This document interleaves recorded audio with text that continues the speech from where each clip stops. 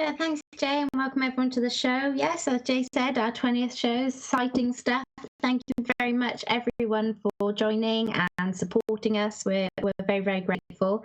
Well, this game week has brought a bit of a mixed bag of results in the Wildcats team. Some interesting ones. But we'll start with a positive note, and surprisingly, that goes to Kurt first. So, Kurt, how did you get on? Oh, I'm not really prepared for this. Normally, I'll just read the same script. Yeah, disappointing just week. quickly, Thanks, Kurt. gone down. Sorry to interrupt. I've seen it. I fixed it. It was great me. stuff. It was me. They couldn't hear me. All right, Awesome. okay. Right. Sorry, Kurt. Well, Carry on, but that's all right. Well, he just said in a very short space of time that we're on our 20th show. Yeah. Good times. Yeah. 51 points this week. It was normally is bang average, but in a really sort of awful week. And to be fair, most of my team did do quite poorly. To get 51, 11 points above the average, green arrows everywhere, which when you're outside the top 2 million is probably not a thing to shout too much about. A few key players, though, getting a differential captain choice spot on and risking it with Vardy instead of Mane. That very, very good transfer of Declan Rice coming good again after the Arsenal performance. But then there are also question marks and negative points. You've got Aubameyang missing the penalty. You've got Pogba missing the penalty and getting a yellow card. So any other game week, without those two people, I'd be slumped right down there. But a few risks have paid off, and I seem to be up here. Another question mark in my team is Ricardo Pereira, who every time I seem to look at him, either in the draft or in this game, it just does not seem to do anything. I brought him in thinking, oh, excellent. Decent-ish looking game against Watford. Nil points. 0 points. So yeah, it's interesting. A lot of blanks. Son not getting anything. Hazard not getting anything. Well, Hazard getting an assist, sorry, but against Fulham should have been looking at a bit more. Mane not getting anything. Felipe Anderson not getting anything. Schindler as well not getting anything. The clean sheet for Edison helping. The team is looking quite well, though, and I've looked at the future. I've looked at the next few games. I do quite like the looks of the fixtures I've got coming up. I've got 2 free transfers to use as well. I've got all 3 chips as well as my wild card still to use. So I think at the end of the season, I'd like to be pushing for top 1 million, which considering, everything that I've sort of not done this season in terms of forgetting to do my team and everything is not too bad. But a few key players, a few good choices, and things could be on the rise, hopefully. Knowing my luck, I'll be back down to minus game weeks again next week. But the Vardy captain paid off as well, didn't it?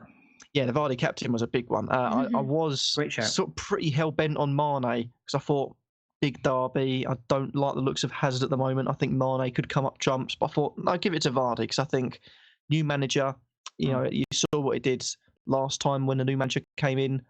Granted, Leicester didn't win, but picked himself up a goal, got 2 bonus points, and I think the best is yet to come for Jamie Vardy.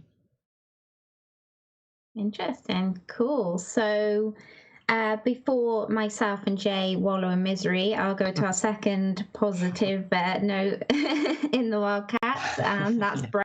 So, Brett, would you like to tell the people how you got on? Yeah, such an array of emotions from every game week. There's always the happy ones and the sad ones. Yeah, very, very content on this stream, fortunately. Which feels a bit of a change than usual. But 55 for me, which, like Kurt said, given the context of the game week, was actually a very respectable score. And it was just a case of getting points from defence and attack. And it was basically just my midfield that kind of flopped, really. Like Kurt said, I captained Pogba, so got a -2 there, 2 for Son, 3 for Salah. 2 for my punt on Harvey Barnes. And I brought in Hazard this week and he got 6 points. And I brought him in for Sane. So that was one successful transfer I made. Similar to last week, it's just been another game week where Trent, Alexander-Arnold and Van Dijk have kind of like turned my game week from very average into a very good one. So 38 points they've got between them in the previous week and 17 points between them this week, which is, it's a good feeling to obviously keep Trent through the injury and, given his good value, it's paid dividends to keep him now. And obviously the Fabianski clean sheet was a rare blessing. And I took a little punt on Higuain 2 game weeks ago. And, with such low ownership, it's always a big shot of dopamine when your differential kind of pays off. So, yeah, nice feeling when he got a goal. on the Sunday as well. So that really did my rank quite well just from that one goal from Higuain. So 55 points. I'm up to 20k now. So yeah, hopefully I can. I'm not celebrating until Man City punish me against Watford. That's the one concern. I haven't got any Man City players, so I kind of need to get through one more game week before I'm really celebrating, you know? Yeah, definitely. Well, for me, game week 29 is a game week to forget, I have to say. I delved into that in more detail in my video on my channel. And when I mean delved, I mean I have a nervous breakdown. Go over and enjoy that. But needless to say, when Robson and Himnas are your only returners, and you have Pogna, as I'm calling him this game week, Pogna, man, as your captain, and he misses a penalty and gets a yellow card in the dying minutes. I mean, what do you say to that? 20k drop and my worst game week of the season on 36 points.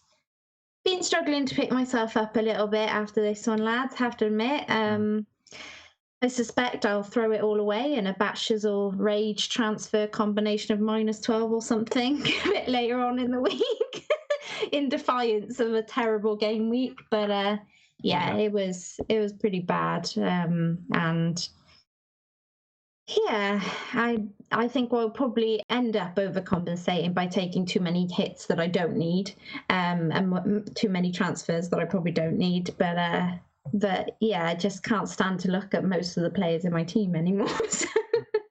I think because it was in the last minute for Pogba's penalty, it was almost, we heard he got the penalty, so it was like, yes, he's gonna bail us out here. Yes, we've got lucky here, like finally some captain points. And to go from such elation to then, before I didn't even see it on TV, I just saw people tweeting saying Pogba miss, Pogba penalty miss. I know. And just such, from sheer elation to just absolute hating life. The thing is, it's really weird. Like when the penalty thing came up on the telly, that he's about to take the penalty, in my head, I just didn't think, oh, this is it, I've got the points, they're in the bag. I literally already felt like it wasn't going to happen for me. And at that point I was like, oh no, crap. What have I done? It was like everything hit me all at once, and then straight away, as you say, on Twitter it was like missed. I was like, I knew it. And then to add insult to misery, the yellow card. The yellow card. So yeah, Jay, sharing your misery. Well, pretty much it's exactly what you said. So my points were Raul Jimenez and Robertson. I mean, my captain was on 3 points with Salah, so I got him up to 6. But other than that, it was a pretty disappointing game week. 34 points in total. The rank drop, though, for me wasn't actually that severe. So I'm imagining there's a lot of people around me with similar points, but it does mean those that are chasing and those that might have been ahead may have either bridged the gap a bit or lengthened the gap for me to try and catch them. So it wasn't the best game week, but I feel like almost as if it's all part of the plan with my strategy for 31 onwards. And it does give me a bit of license to go and change some things where when your team's doing well, you're always like, should I change stuff? You're always a bit tentative to go and transfer out people that are doing well, even if you do need to take them out because of a strategy that you've got planned. If someone's performing for you, it's always a real worry to take them out. I did take Son out, which fortunately didn't punish me. And to be honest, with Salah still captain going into Sunday, I was like, okay, I might be okay here. But then, Salah was very disappointing against Everton. But he's been quite disappointing recently, just generally. So it's almost like when I get to the free hit, it's like maybe I don't need him. But then knowing my luck, he'll go and do really well despite having only one game week, one game in the game week. So, yeah, not the greatest game week, but let's move on. Is there going to be any reveal into what your plans are then, Jay? Because there's been some talk about you maybe going rogue. Is that something you want to talk about later, or can we kind of hear about it now? I'm sure it will come up at some point, especially if we talk about strikers. That's all I'll say for now. Okay, then I think I have an idea what this is about. But should we have our first question from the chat? Yeah, sure. So Richard S wants to know, can he afford to only have 9 players in the blank game week in game week 31? Is 9 players enough? Do we think? What do you reckon, Nim? Have you got many players built up for that week at the moment, or? Well, I was looking all sitting pretty, wasn't I, until Punchin decided to have a fallout with the manager and is now nowhere to be seen. Yeah. And Yedlin seems to have been dropped despite having something like 7 pages on him in the program a couple of weeks ago. Do we know if that's tactical or for him being dropped, like a rest or anything like that? No, there really doesn't seem to be anything anywhere about it. I'm pretty sure it's not injury that much. Yeah. I am almost sure about, but I have gone from having 7 before this game week and happy to take a couple of hits to get up to 11 to 5. So I'm in quite an awkward position now. I think 9 is fine, personally. Obviously, there are going to be people with 11. Of course, there are. But I guess the hope is that you're thinking that the other people with those 11 are just kind of people they've had hanging about in their team for some time and maybe not going to be doing all that brilliant. I mean, in one of my teams, I still have Zabaleta, who I've had, I can't remember since when. And so, of course, he will be playing, but, what am I actually expecting from that? So I'm pretty sure there'll be a few people in that position, if you catch my drift. Last year, I seem to remember, because I was in the hospital during one of the big blank game weeks last year, and I do seem to remember that there were quite a few teams banging about on Twitter that only had, say, 7 players active in the game week, and they far succeeded my points in that game week.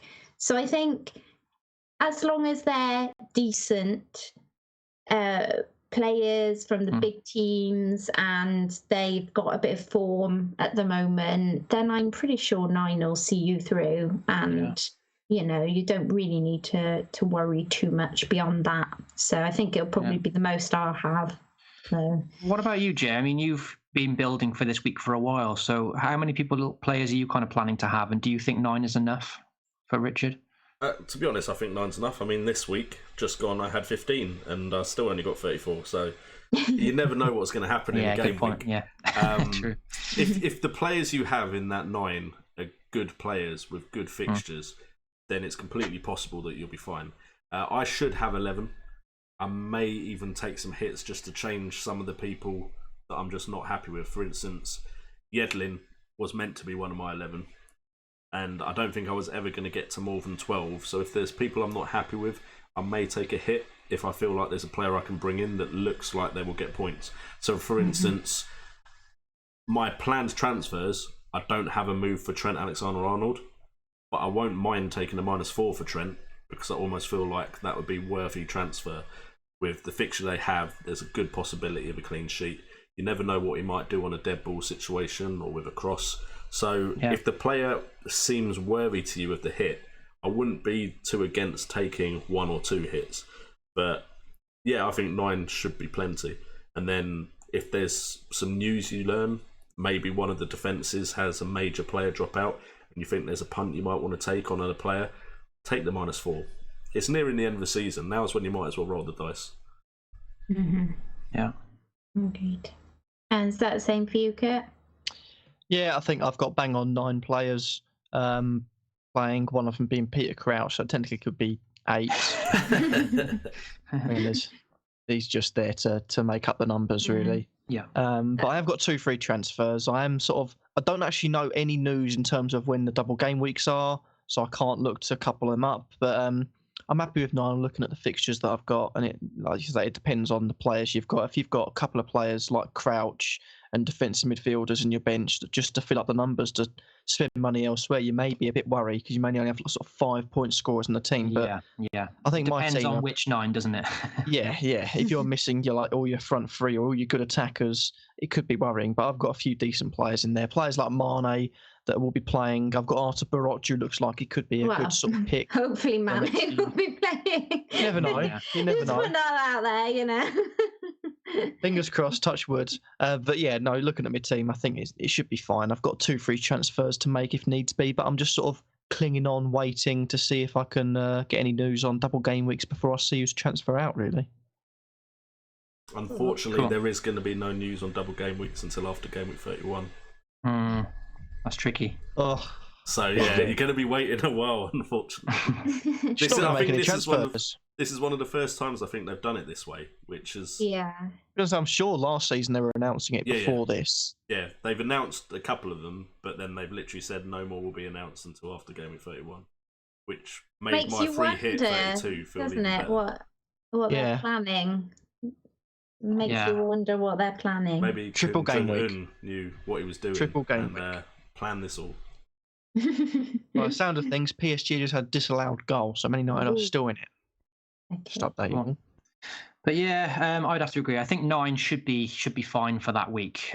Like Nim said, people are going to have 10 and 11, but looking at the game week without the cities, without United, you know, most of us are going to have the same 7 or 8 or 9. You know, so you're not going to get too heavily punished by the extra 2 players that other FPL managers might have. You know, so if you look at it, I think if you've got maybe Hazard, Higuain covered, and obviously 3 Liverpool options.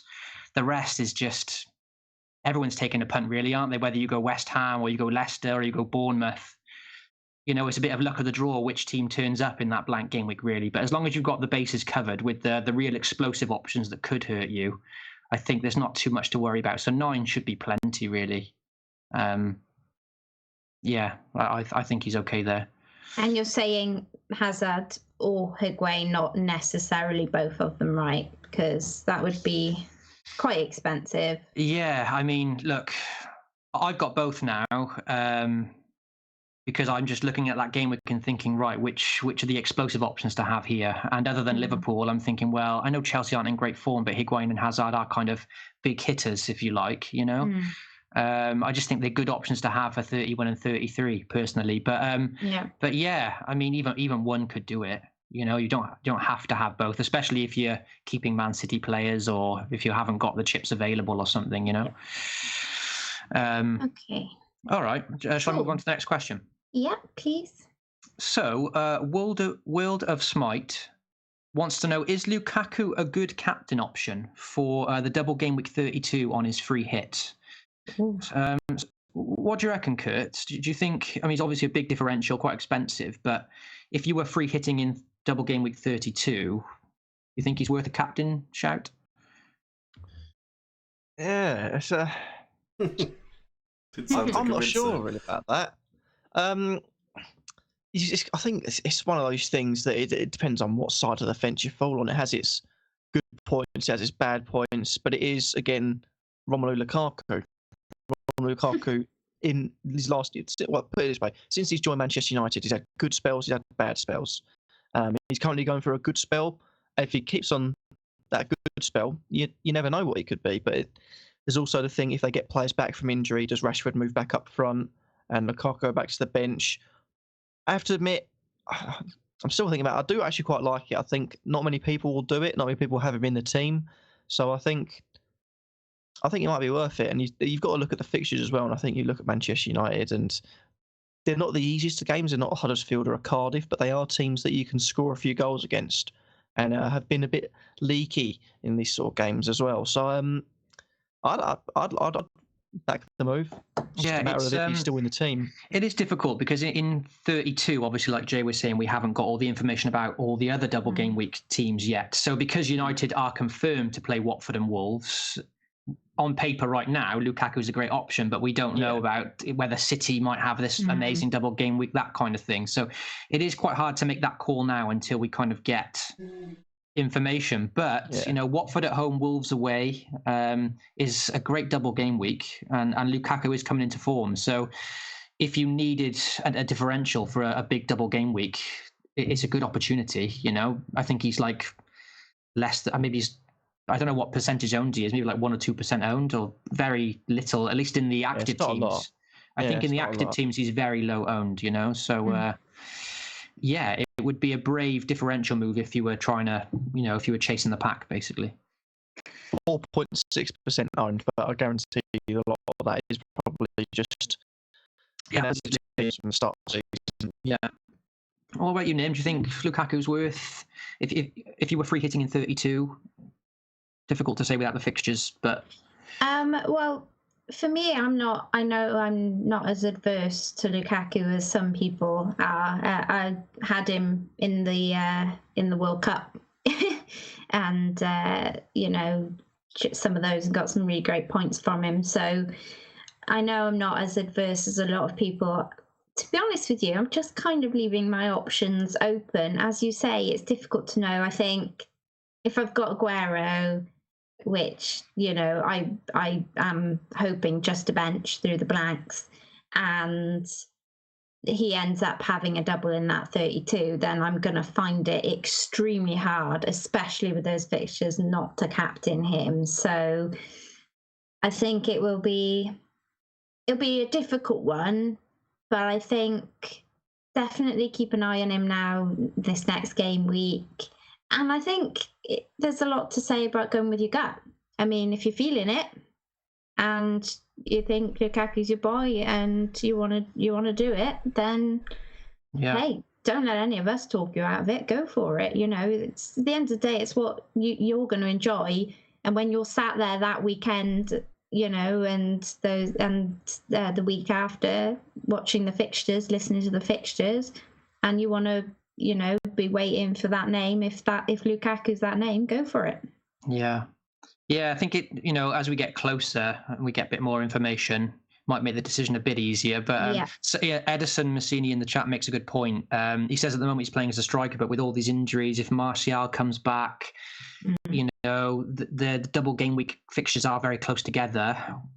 It's hard to know if he plays both. Does Rashford then come into the middle for a game? If Martial comes back on the wing. So still a lot up in the air, isn't there?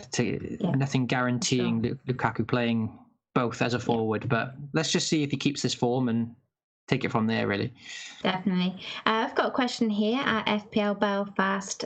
Says he has all of his chips to use. Should he be wildcarding this week? He can field 10 to 11 players for 31 and has 5.6 in the bank. Jay, what do you think? Should he be wildcarding now? I mean, it sounds like he's in the perfect position not to need to. I mean, of course, I don't know his side. But if he's capable of fielding around 10 players for Game Week 31, and he's happy with the way his team looks for Game Week 30 and 31, that wildcard can be used in various strategies to try and maximise your double game weeks, which will most likely be 32 and 35.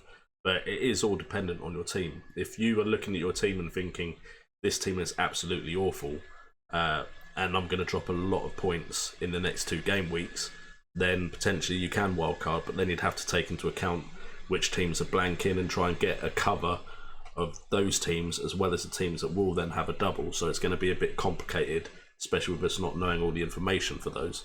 So I would say if your team feels like it can do well over Game Week 30 and 31, I don't think there's any need to use a wild card. Yeah, I think I've seen his team, and it's a decent side. There's a couple of players that, you think, okay, they've dropped off form, but I think generally should be fine. So I'm in agreement there.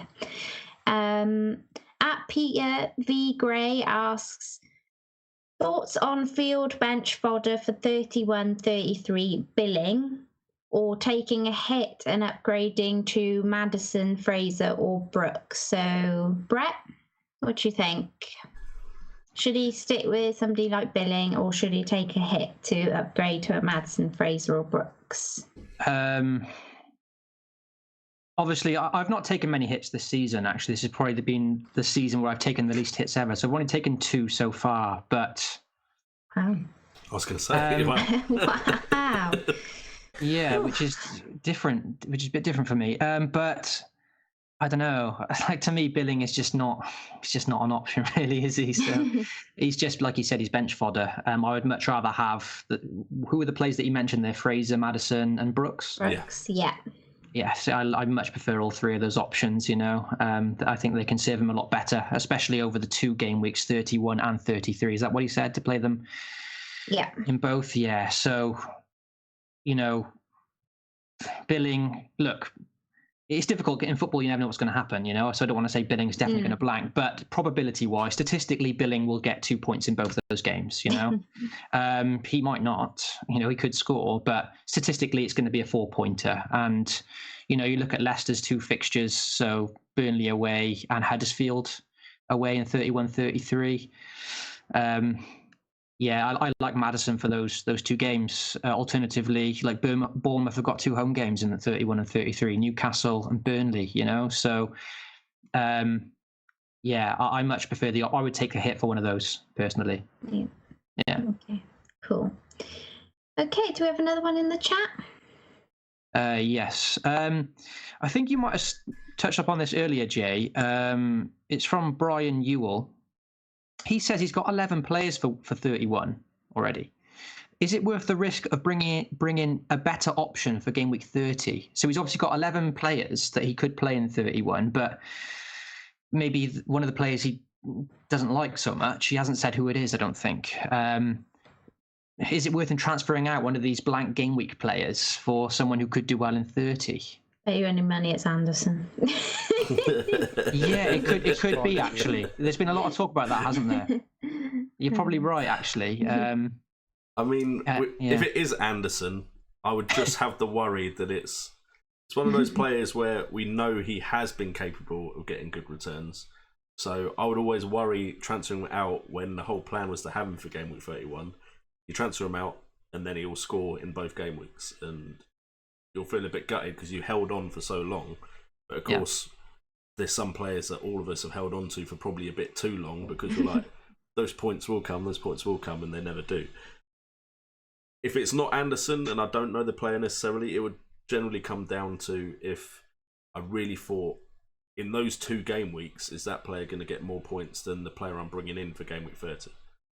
Because if you think the player in game week 30 can have an amazing game week, and the player you're transferring out is going to get 2 points in both game week 30 and 31, then I wouldn't be adverse to bringing them in. And you could always hit to bring in someone better than the person you're transferring out. So I wouldn't be against it at all. If you really have a gut feeling about a player for 1 game week, and we're getting to a point now where we are going to, if you have all your chips and your wild card, you're going to be changing the team completely anyway, I wouldn't be adverse to it. But I'd have to be very confident in that player. Yeah. Any other thoughts, Nim? Yeah, no, there's not much to add to that. I think the big one for people will be City. So if you don't have City, I guess if that was maybe one of his thinking. Yeah, that is the worry, isn't it? Sorry, Brett. And you've got 11 for. Did he say he's got 11 yet? For 30.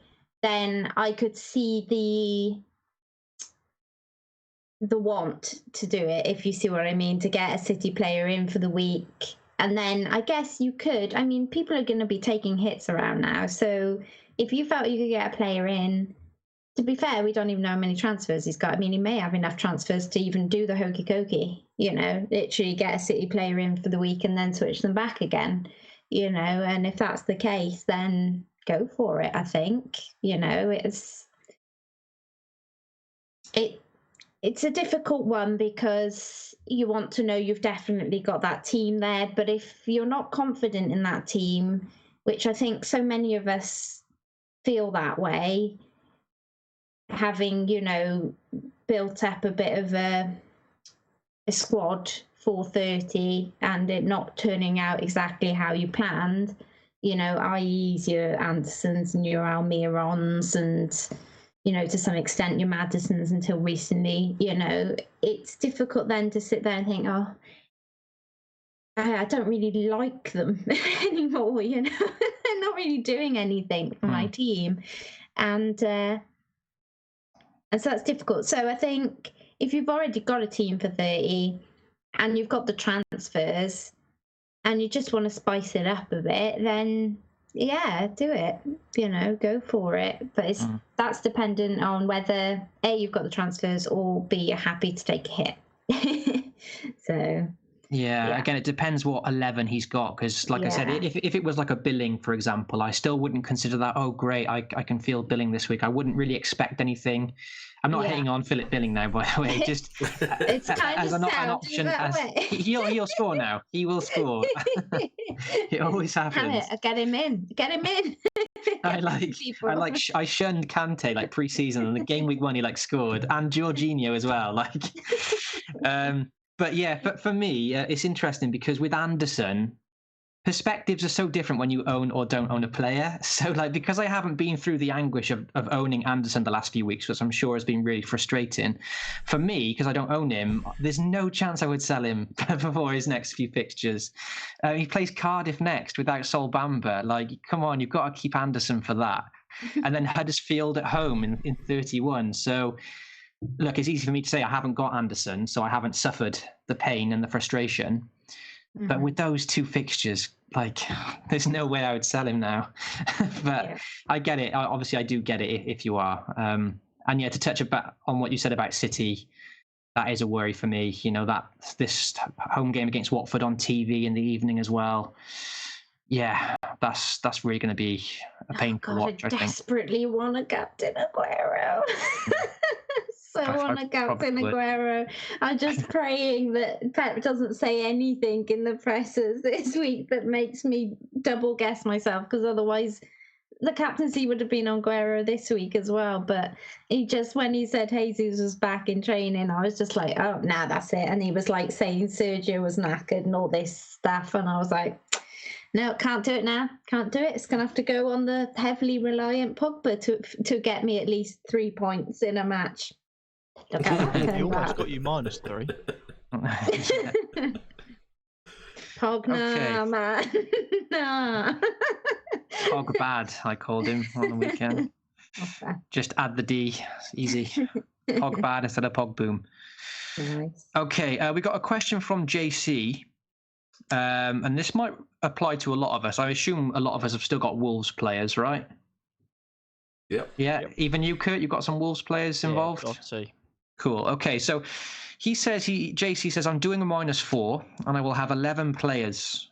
I assume he must mean for 31. He says he's got 11 players. Is it worth doing any more, like getting Doherty or Jimenez out if you have a lot of money tied up? So it's this whole issue about having so much money tied up in them, but they are confirmed to blank in 31 and 33. So where are you with that at the moment, Jay, with your Wolves players? I am keeping them because it's Doherty and Jimenez. They're two of the players that I've got the biggest increase in value in. Mm-hmm. So my plan is to have them until at least the time I use my wild card, because that is when I can use that team value to build the team for the rest of the season. So I'm putting them on my bench with Pogba, because those are the 3 players I've got the most money tied up in. I can see your point, because you're looking at players that you want to bring in, and someone like Pogba, easy to bring in someone viable instead of Pogba for game week 31.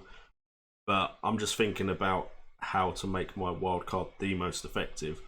So I'm transferring out the players that I've got the least value rise in, the players like Rashford and Son. Because if I'm going to bring them back in, which is possible, they're not as hard to bring back in as the likes of Pogba, Doherty and Jimenez. But if you transfer them out now, surely you're still getting the money that you can make from them now is the same as you can make from them. If anything, it could be a bit more now if you sold them, because if you wait till wild card and people start selling them, I mean, technically you could still keep the value from them, if you know what I mean, Jay. Or true, but it's that fear of, if I don't want to get rid of them, then how do I get them back in? Yeah, I agree with that. That's the issue for me. Yeah, Jimenez has done well. Fair enough, there's been game weeks where we've been like, where's Jimenez gone? But a lot of game weeks, he's been one of my players that has saved my game week. So there's probably also that with Jimenez. Doherty, I'm probably a little less attached to because of the fact that he does every now and again get dropped. And I do think there are other defenders out there around the same price bracket that could do the same sort of job over a period of time. But for me right now, I can't see myself getting rid of Jimenez. I think he's one of my players of the season, FPL wise. He's gone up 1.4 million in price since the start of the game. Doherty's joined with Pogba in second at 1 million. So sort of just shows how much, if you had him in at the start, how much you'd be losing. It's 0.7 that you can't make back, really. What about you, Kurt, then? Are you going to... You think you'll keep them, even with them blanking 31-33?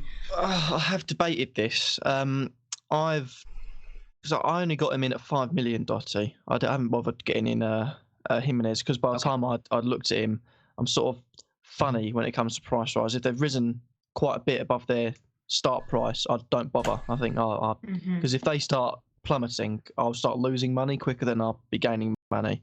With Doherty, it's a bit different because he was in form and I needed another defender, and he has done all right since I brought him in, which was quite a while ago, I think, when I brought him in. I'm not sure. I mean, double game week 32, but away against Burnley. Now Burnley look rejuvenated. Could be a tough game. Home against Manchester United could be a tough game. His double game week fixture is Arsenal. Granted, after 33, there's a few decent fixtures. He's probably going to be the next one out of my team. I've got to make a transfer this week. I won't sit on 2-3 transfers. I'll make at least one. But he'll definitely be out before 31, maybe even before 30, because away against Chelsea, if he is playing, I don't see them getting a clean sheet. I don't see him getting many attacking returns either. But now I've said that, watch him go and get They do have a good a record couple against assists the top and a clean six. sheet.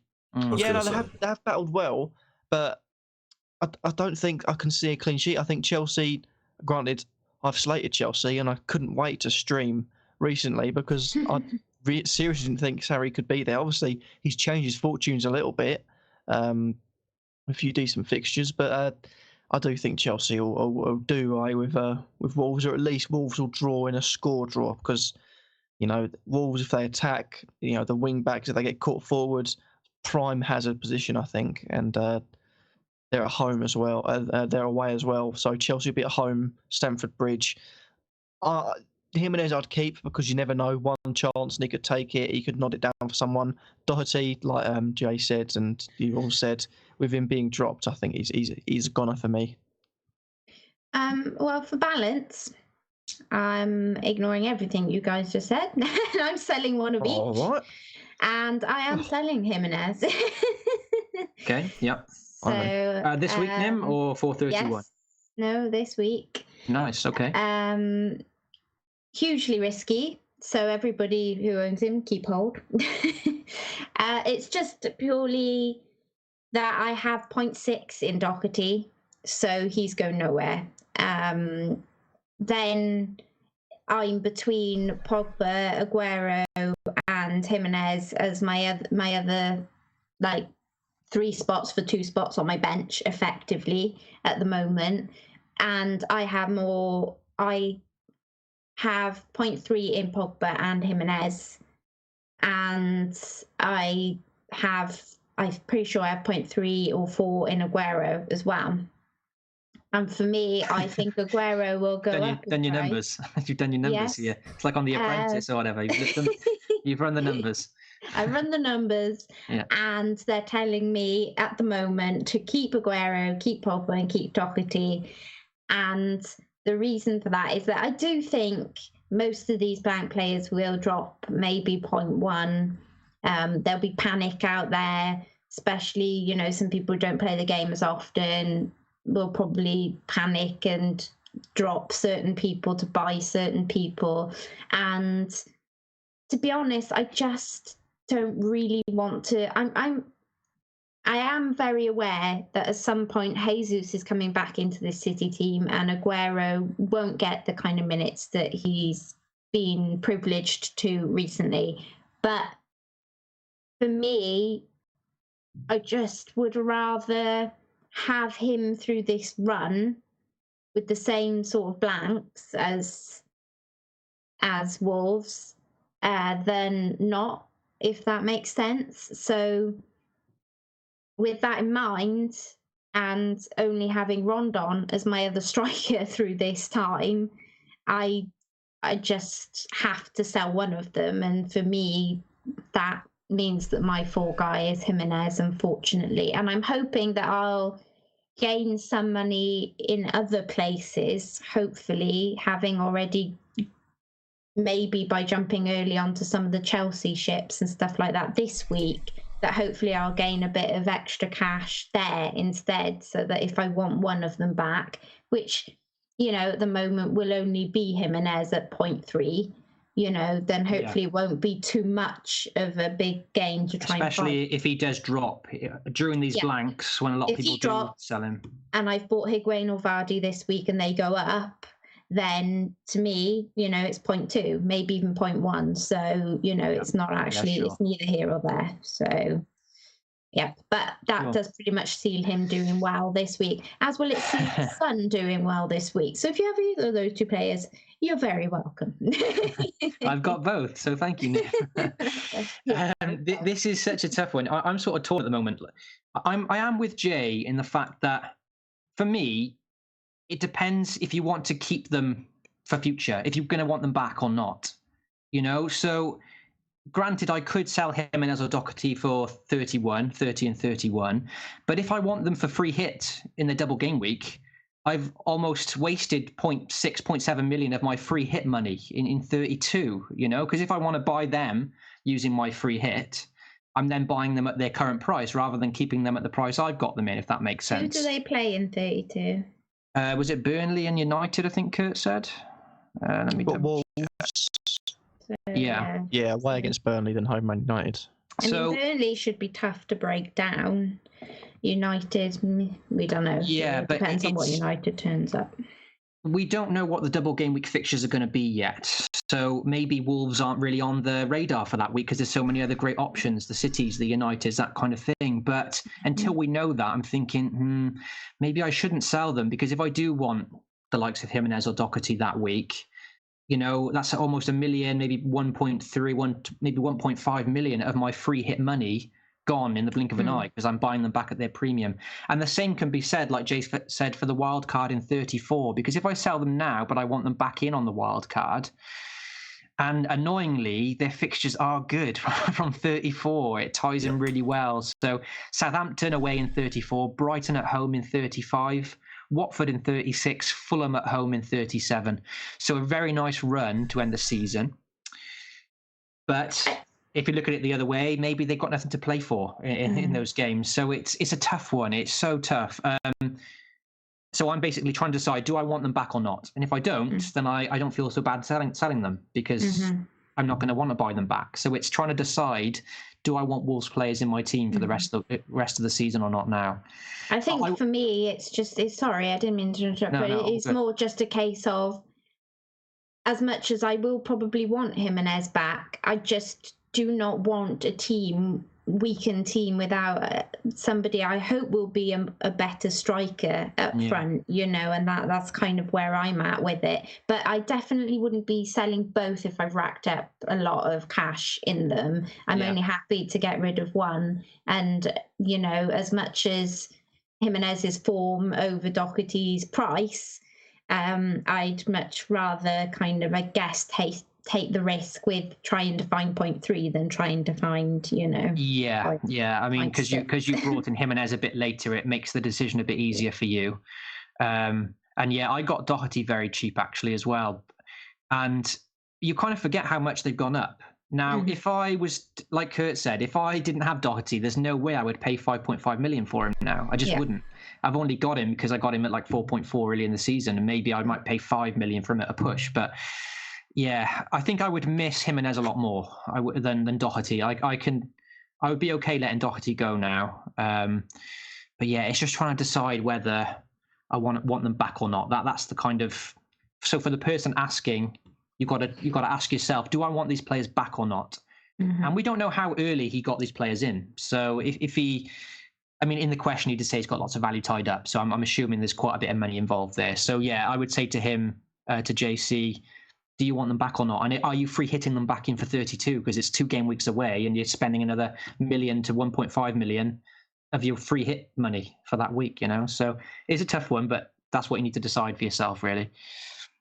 Yeah, I've got one here from @McTavius, and he wants to know, as do I, in what ways could Jason Puncheon make it up to his manager so he can play that game week 31? Kurt, what can Puncheon do to get back in the team? Transfer Salah out. There's only one way you can get back in. Oh. So what is the latest with that then? Do we know? The last statement I think that I seen was actually from the club itself, saying that the manager himself, I think, saying that punching would be taking no further part for the rest of the season. Oh right. So Okay. it doesn't look great, really, for us. So we're just kind of hoping he turns up, I don't know, with some flowers and some chocolates and a group of choir singers. A serenade the manager. Choir singers? I don't know. It came Get the out of guitar. my head. You know, yeah, exactly. Yeah. Saying that, he could just show up and just run on the pitch, you know, just pretend nobody notices. And then do a Kepa and refuse to come off. And I've got to play him now. Yeah, exactly. Yeah, I don't think it's looking good for us, Nick Davies. Sorry, dude. Has he got him too? He's got him too. It was him who was asking. Yeah. Oh, okay. Bring in Isaac Hayden. It's fine. Similar price. Yeah, for sure. I think it's just difficult, isn't it, with Newcastle players? Because I already got 2 of them, so if I get another one, and Okay, then don't have 3. I was going to say, don't have 3. Well, when I say 2 of them, I mean I've got Rondon and Yedlin, so technically have half of one. No, cool. Should we have another question? Yeah, there's one here from Jeff Holt. Oh, Jeff is... Yeah, Jeff's in the chat. He wants to know... An FPL question. Oh, yeah, I know. We're about to do his Jeff as corner. Can we? I'm not sure if we're allowed to do that. It is an FPL question, which is always nice. Is West Ham and Newcastle double up too much for Gameweek 31? So for blank 31, with Newcastle and West Ham playing, is doubling up on both of these teams too much? What do you think, Kurt? Doubling up, so he's got 2 from each. Yeah, so 2 Newcastle players, 2 West Ham. Do you think that's overkill for blank Gameweek 31? Oh, if one of them's Felipe Anderson, then probably. I do have him, so I can't speak. I think one of them is Anderson, actually. I think. Oh goodness! Yeah. I think he did actually tweet out his team, so he can have a. Yeah, so he's got Rice and Anderson, good choices, and Almiron and Rondon. Currently, Rondon captained for Game Week 30. Just a bit of random info. I do like them. I like the West Ham players. Like I said, I've toyed with Felipe Anderson going out. I've looked and thought he's not in form. Can I transfer him out? I look at his fixtures and think, oh, maybe not. And I've done that 3 or 4 times this week. I'll normally just do it or I don't do it. But this one seems to be getting me and getting me and getting me. Rice is a good choice. He's cheap. He's nice. Yeah. Like Rice. Yeah. Nice like Rice. There you go. Love that. Oh, that's great. Rondon, I never really know what to expect with Rondon. He's hit and miss sometimes. He'll score 1 game, take 2 games off, score 1 game, take 2 games off. And you never know what type of opponent he's going to score against. He scored, against Huddersfield, I think, this season. He's also scored against Man City. Mm-hmm. So you never know. Yeah. I think maybe it's overkill, but it also come in. I think Almiron potentially would be the one I'd be looking to get rid of.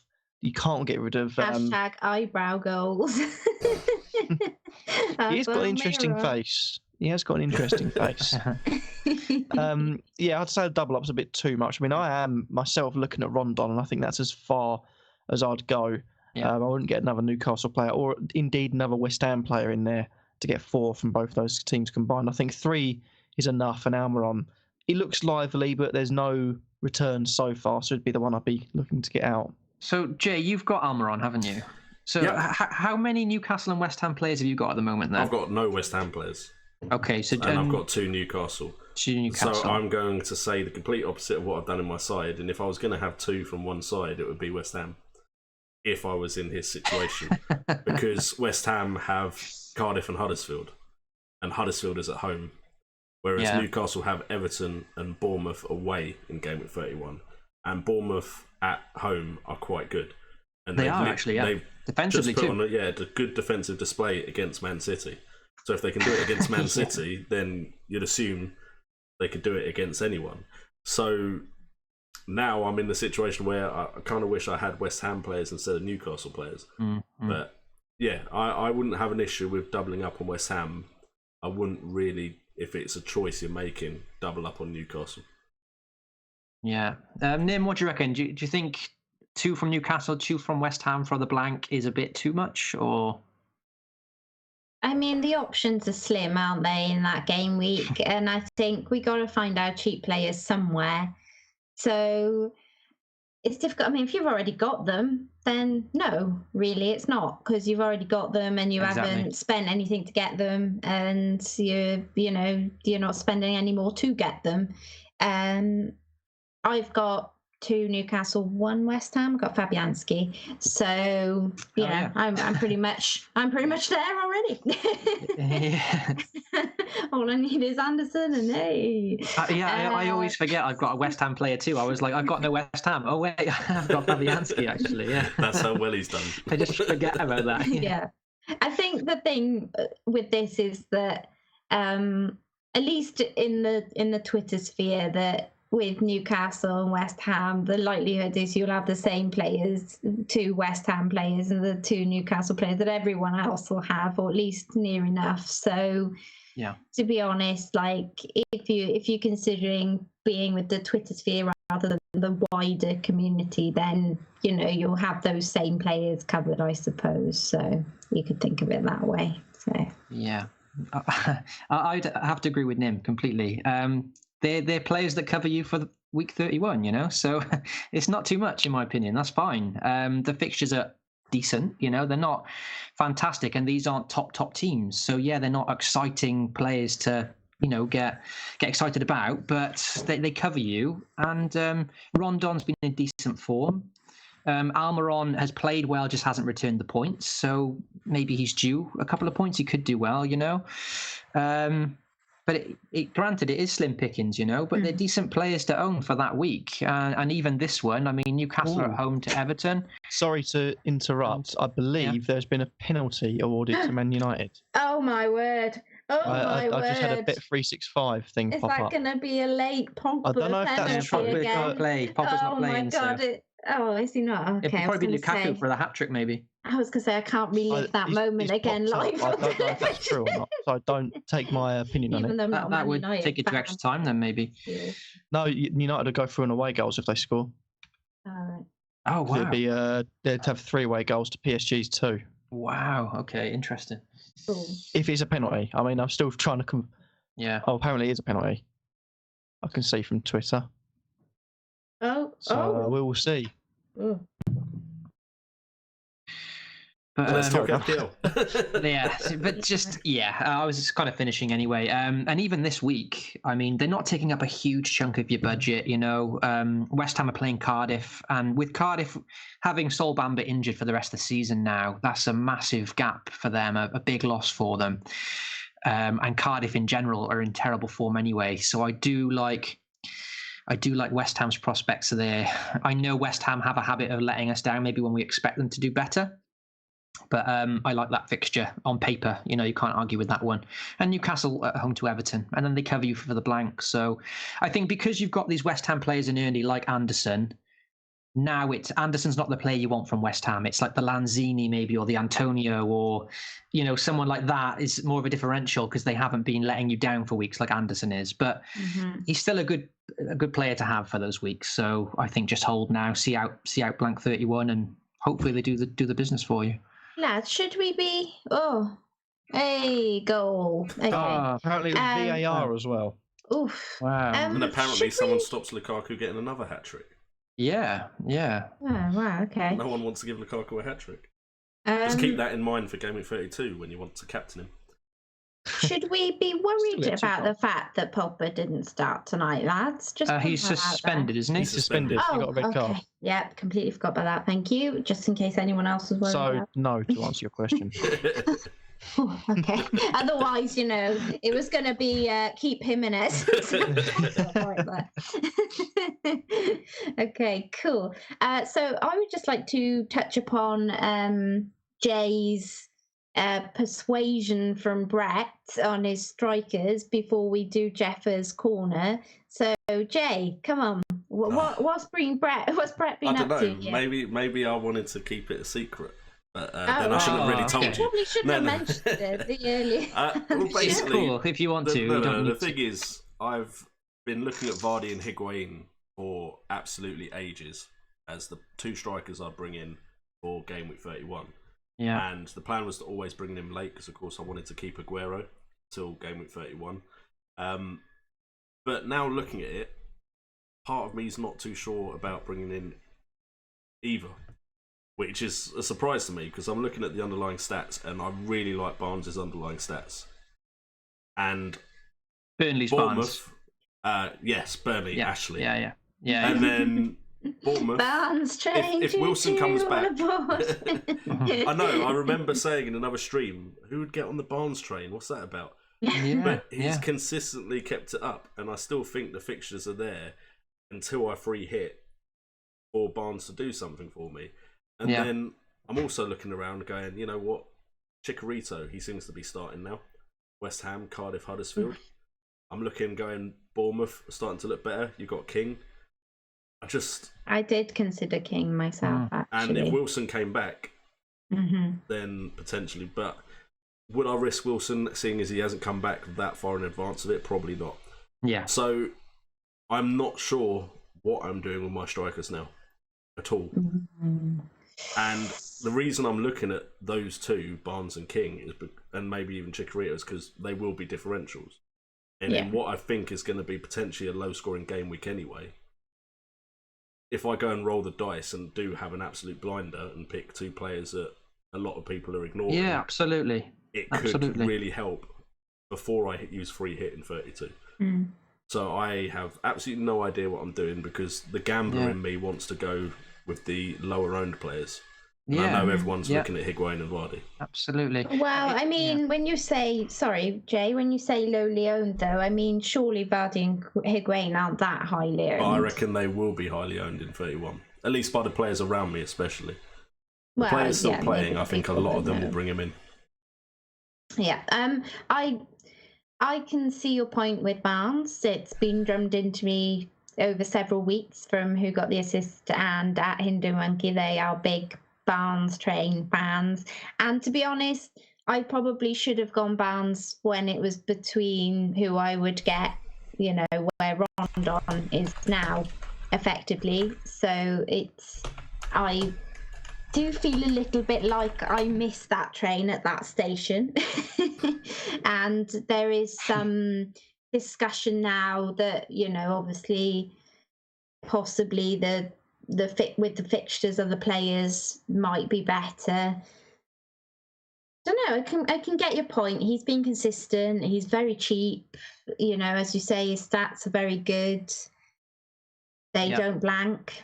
And I did want to actually ask you, Jay, what happened to that McNeil fella you were kind of talking up? Is he still an option? Because, you know, if there's no punching, just saying. He had a disappointing game against Newcastle, which I think may have hurt his chances to stay in the team because he came in because Brady and Goodmanson were out.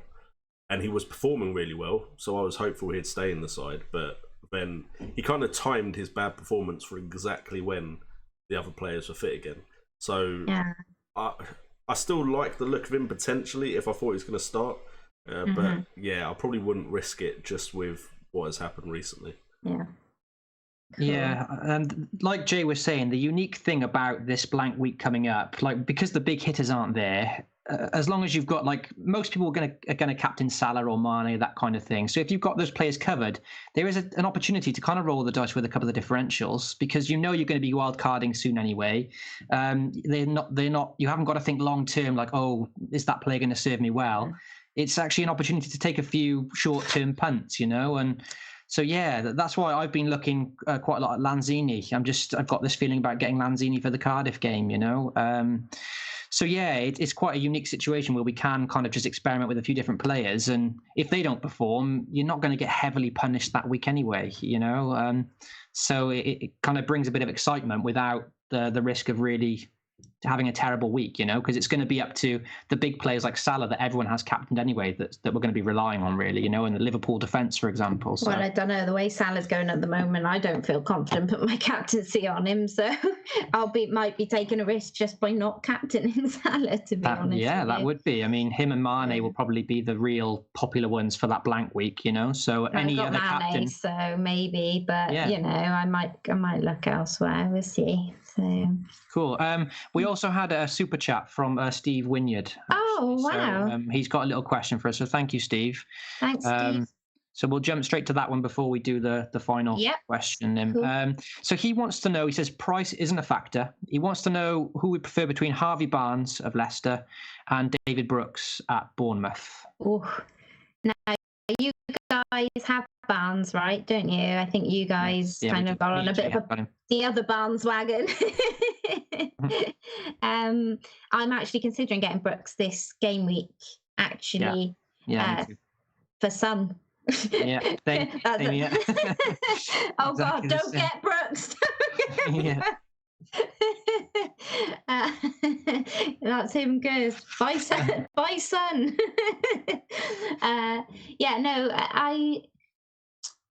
It's very difficult because I've debated over whether to go quite kind of big with my money at the back and the front, and then a bit smaller in the middle where Son is, or whether to go really big in the middle and go slightly cheaper either side. And I think I'm kind of leaning towards kind of doing the Higuain, Vardy, and then maybe Luis Azpilicueta thing at the back. So therefore, it doesn't really leave a lot of money in midfield for a Maddison or somebody like that. And to be honest, I think Maddison could do well, but I haven't been bowled over by him. And I have had Brooks in another team earlier on in the season, and I was really quite impressed by him. So I think maybe it might be a bit nostalgic to some extent, because obviously he's just coming back from injury and things like that. I might be just kind of remembering those moments more with him rather than, And so it's difficult because you can't really say, well, Brooks's form has been this and Barnes' form has been this. So you can't directly compare them to each other. No, Brooks has been out for a while, so it's very hard to... There's nothing to go off. There's no form to go off, really, is there? No. It's only fixtures and price that we're looking at and thinking, wow, he's been great earlier in the season. He's got great fixtures. Yeah. And the 5 million is the tempter, isn't it? Because there's not many better options at 5 million, is there? Like, that is an amazing price for what he's done so far. Kind of, it's not many. I've looked, honestly, really, there really isn't much. And so I think just based on price, then for me, that's why I'm probably going to go Brooks. Yeah. But I know you guys went Barnes, so maybe you can shed a bit of light. Jay, how are you feeling about Harvey Barnes then? Obviously, you brought him in last week, didn't you? Yeah. Was it last week? It was recently. Yeah. I mean, I would pick Brooks, but I say that with the fact that I would have picked Brooks about game week 24, 25. When it was looking very likely that Bournemouth were playing 31. And I brought in Fraser. I can't remember the exact game week, but I brought him in early with the idea that, okay, Brooks looks in form, and then he pretty much got injured, and I was like, okay, I'll go Fraser. Yeah. Literally, that's the only reason I brought in Fraser. Have you still got Fraser now, then? Yep. Nice. He has done absolutely nothing since I brought him in, unfortunately. I think he's really, really missing Callum Wilson. I think... without Callum Wilson in the box, there isn't really much going on there for his deliveries into the box. Yeah. So I like Brooks. I think he's always, even in the game weeks, he's not really returned any points. He's looked dangerous. So for me... I mean, six goals, 4 assists. It's also the type of chances he gets. And to me, he looks a bit more confident in front of goal than Barnes does. I mean, for all the attempts Barnes has... I think one goal for Barnes would really do his confidence some good, and then the floodgates could open. But right now, it's one of those things where he's getting the chances, he's getting the penalty area touches. It's just not happening for him. And I think the other thing is, I guess, to some extent, I mean, with Leicester, it tends to be the kind of forward players that actually, nick the goals, I guess, So with Barnes, maybe more of a chance of being the assist of the assister, or maybe just the assister. Whereas with Bournemouth, they all kind of tend to move around a lot more. I've noticed they will kind of, switch their positions a lot. And so Brooks and Fraser's, even though Fraser hasn't done so well, they can switch and change a lot, run in and things like that. But, again, that could just be from my point of view because I've been considering Brooks, maybe slightly biased. So, Kurt, with probably neither and probably thinking of neither, what's your view on this? Well, weirdly, after a little thing in our group chat about Harvey Barnes and the Barnes train, I'd considered getting in, and I am still considering getting in both. My one problem would be where to put them. Son is an immediate concern, albeit he's got a double game week. I won't lose too much on him if I transfer him out. He's got a tough game week 32 when he gets back. Blank game week 31. Looks a bit tired at the moment. So he'd be coming out. I'm not sure whether to get Barnes or Brooks. I do like the looks of Brooks, 5 million. He was in terrific form and looking really good before he came out. My only problem with Harvey Barnes is that I've already got Pereira and I've already got Vardy. So that means a triple up on Leicester. Their fixtures do look good, but if they'd have won at the weekend, I'd have had no problem. But they lost to Watford, so time will tell about that. If I get Pereira out, Barnes I think will be straight in. But then the only option to get him in is Felipe Anderson. So I think Brooks is most likely going to come in. Harvey Barnes definitely on the periphery. But no, I do like both. I can't choose between both. Just the fact I've got two Leicester players means I'm going Bournemouth. If I'd had two Bournemouth players, I'd be going Leicester. But Brooks and Barnes both look good. Brooks, I think, is definitely one of my favourite players and definitely one I'll be getting in soon, if not before this game week. Oh. Yeah, I think just to quickly add to what you guys have said. And he's Welsh, so. Yeah, and he's a Welsh lad. He is. If I didn't have Harvey Barnes now and I was picking between the two, I would probably go with Brooks. Harvey Barnes' stats have been amazing. Oh, nice. No, that's England. I know you beat us. Yeah. Yeah, but your daughter supports us now, Jay. So sorry, supports she's anyone come in over red. to the dark. Getting very personal here, everyone. We need to take a chill pill. Jeez. As long as she don't support Arsenal, I'm joking. Yeah, that's all right. Me and Brett don't support Arsenal anymore. Distraction coming. Sorry. What was I Sorry saying? for distracting you there. That's all right. I can't think what I was saying now. I would pick Brooks out of the two. Harvey Barnes' stats have been fantastic. The worry with him now, if he's guaranteed to start against Fulham, then happy days, because Harvey Barnes is getting a lot of touches in the box. It's more that because he didn't have a great game in the previous week, and then Rodgers is obviously kind of experimenting a bit with his team. Will Damari Gray come in now? For the next game against Fulham? That's my concern. I'm just worried that Harvey Barnes isn't going to start the next game, basically, and maybe that's just standard pessimism because I own him. So it's kind of looking at it from two different perspectives. When you don't own him, you want him. When you own him, you want to get rid. Similar to Anderson. But yeah, with Brooks, I mean, Stanislas is out injured, and they're not scoring goals at the moment. Since they put 4 past Chelsea like 5-6 game weeks ago, they've scored very little. Like 2 or 3 goals in the last like 5 games or something. So they need Brooks. They need an outlet. They need goals. I think they're going to rely on him, and he's less, if he's fit, which he should be. He's less likely to get subbed, or he's important now. He's played his way to be such an important player for Bournemouth, whereas Harvey Barnes is a bit more expendable, I think. He's still on the fringes, So I prefer Brooks, I think. Okay, cool. Yeah. Thank you. Thank you for the super chat. Yeah, cheers, Steve. Thank you. Cheers, Steve. Okay, so we better do random Jeff's corner before we go. And this one is definitely quite random. So thanks, Jeff, for this. We will try our best. It's a Dr. Dolittle question. And he says, for 1 minute, you have the ability to communicate in spoken English with one species of animal. Which species do you choose? And what one question would you ask them? In addition, you can say one thing to a specific animal, be it a pet, a celebrity, or fictional animal. What would it be? So, Jay, I'll come to you first. Any thoughts on Are we allowing him Jeffers to Random ask two Corner questions? Because question? that's 2 questions. Well, it's his corner. He's allowed to do what It's he random, likes. random every week. Yeah. Okay, so to answer the first one, I'm not sure if I'm allowed to do it, but I'm going to do it anyway. It's going to be an insect of some sort, be it a daddy long legs or a bee or a wasp, and just be like, why have you always got to fly towards my face? That's what I'd ask him. Why? There's a whole That's good. pavement, you can fly over cars, you decide to go straight for my face every single time. a I'll good try and question. move, you go the same way. So that's what I'd ask him. I want to know why. And is it just me they do it to? Do they like fly past other people and then see me and go, there's JNO, I'm going to go and get him? It's like something they've all decided to do together in their like insect club. And then I'd probably pick for a famous animal. Is it Bubbles? Was that Michael Jackson's pet monkey?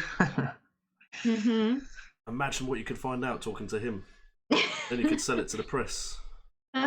Seems to be all out there at the moment anyway. I was going to say, Not just that be we should get confirming- onto those sort of allegations allegedly on this stream, but Nim's face is starting to drop now. She's like, "Oh no, we're going around this controversial." Well, I kind of think topic it's again. like Shades of something. Kim Jong-un all over I think- again. Can I I say don't you something? bring me It's back like- into this. I've gone past that. This is We need Jay's to. turn. We need to make Nim look pale every random corner. Now. Yeah. This is our job. When to it make comes her to me worry. needing to absolutely faint, then the panic has set in. Okay, I'm gonna. Oh dear, what's happened to Kurt? What? I've just seen Brian Yule's comment. Oh, okay. It's a bit naughty. It set me off a bit. Okay. Oh, I've composed myself now. Yeah, you've seen it as well. Oh dear. Yeah, don't repeat it on the stream, and I'll have a look at that later. So for me, getting back to the question, I'm a big fan of Finding Nemo, so I would find a whale and ask them, "Do you speak whale?" Because what else? You've got to, haven't you? And the one specific animal, I would probably speak to my pooch, my puppy, my dog, and ask her who to captain this week, because she has a very good captaincy record, just so people know. But she doesn't always oblige, because we mainly do this via a pick in a paw. And she gets very annoyed with me having to pick a paw. So, if she could speak to me and she couldn't be bothered with paws, then she'd just be able to tell me a reply, and it'd be easier for both of us. So that's She what might I just would. go, I don't care about FP. She may just swear at me and tell me to go. Yeah, but in return for biscuits, I'm hoping we can sort something out. Yeah. Surely that's a topic we shouldn't be talking about. Bribery. Come on, Nim. God, so controversial. Moving on to Brett. Brett, your answer. Oh God, I'm rubbish at this part of the show. This is so deep. This is so bloody deep. If I were to talk to a species, I'd probably talk to like pigs or cows and just probably apologise for how much they're exploited for our pleasure. Sorry to get so deep on that. And then if I was to talk to a celebrity animal, I'd probably talk to that World Cup octopus or something. Wasn't there like an octopus that Yes. predicted like all the results or something? Yeah. I'd probably talk to him when he was alive, or her, and I would ask what the results were going to be beforehand, and then I don't know, put some money on it or something. Yeah, and Kurt, dare I ask? Well, I mean, I feel a bit bad now. My answer changed literally at the last second, because I was going to God. say Well, I'll still Can I take say your it answer? anyway. I was going to say I'd speak to pigs and say thanks for the bacon, but after Brett's comment, I thought, I can't say that now, can I? Well, you can. You just have. So I would like to talk to snakes, savage. and I'd ask them, why do you exist? Oh, Jeff has descended into madness. I just got an image now of Brett talking to the pig. I'm trying and to the calm pig it down. thinking, I'm trying to this is console all it. right. And then Kurt just strolls up. Cheers to the Yeah, bacon, lad. yeah. I've just perked it up. It's really down. I've talked it up. It's starting to feel a bit better. I've consoled it, and then Kurt just barges in. He's like, "Oh, cheers for the bacon, mate." And he just starts bawling, crying his eyes out. Then, and then I have to spend another 12 hours making it feel better again. Cheers, Kurt. Yeah, that was my answer, but I would talk to snakes after that and say, why do they exist? Because snakes serve no purpose apart from giving me the shivers. And What in terms of- you were going with. why is it always my answers? Oh. And just to quickly get off, because I feel like everyone's starting to lose it, I'll talk to the tiger that Mike Tyson had and just ask the tiger, Yes. what on earth was Mike Tyson like? Because to have a tiger, you've got to be mental. But yeah. Good answer. Okay, cool. Well, thank you everybody for joining this very random stream. Hopefully we did answer some decent FPL content questions throughout some of that stream, and I will pass you over to Jay to wrap us up. Yeah, I would now usually go over the polls, but I completely forgot today. So Again. there are no polls to go over. Just make it up. Make it up. I've been yeah, just start reading out some random numbers. How many of you think Son will score now that Felipe Nim's sold him? Anderson. But yeah, thank you guys for joining us. As always, your support has been much appreciated. Because of you guys, we've got to 20 episodes. So thanks for the support. Hopefully it will continue. We will continue. And make sure if you've missed anything, especially the end of this show, because it's quite funny, make sure to catch up with the replay that should be up live shortly after we go off the internet. So thank you guys so much. Wildcats out.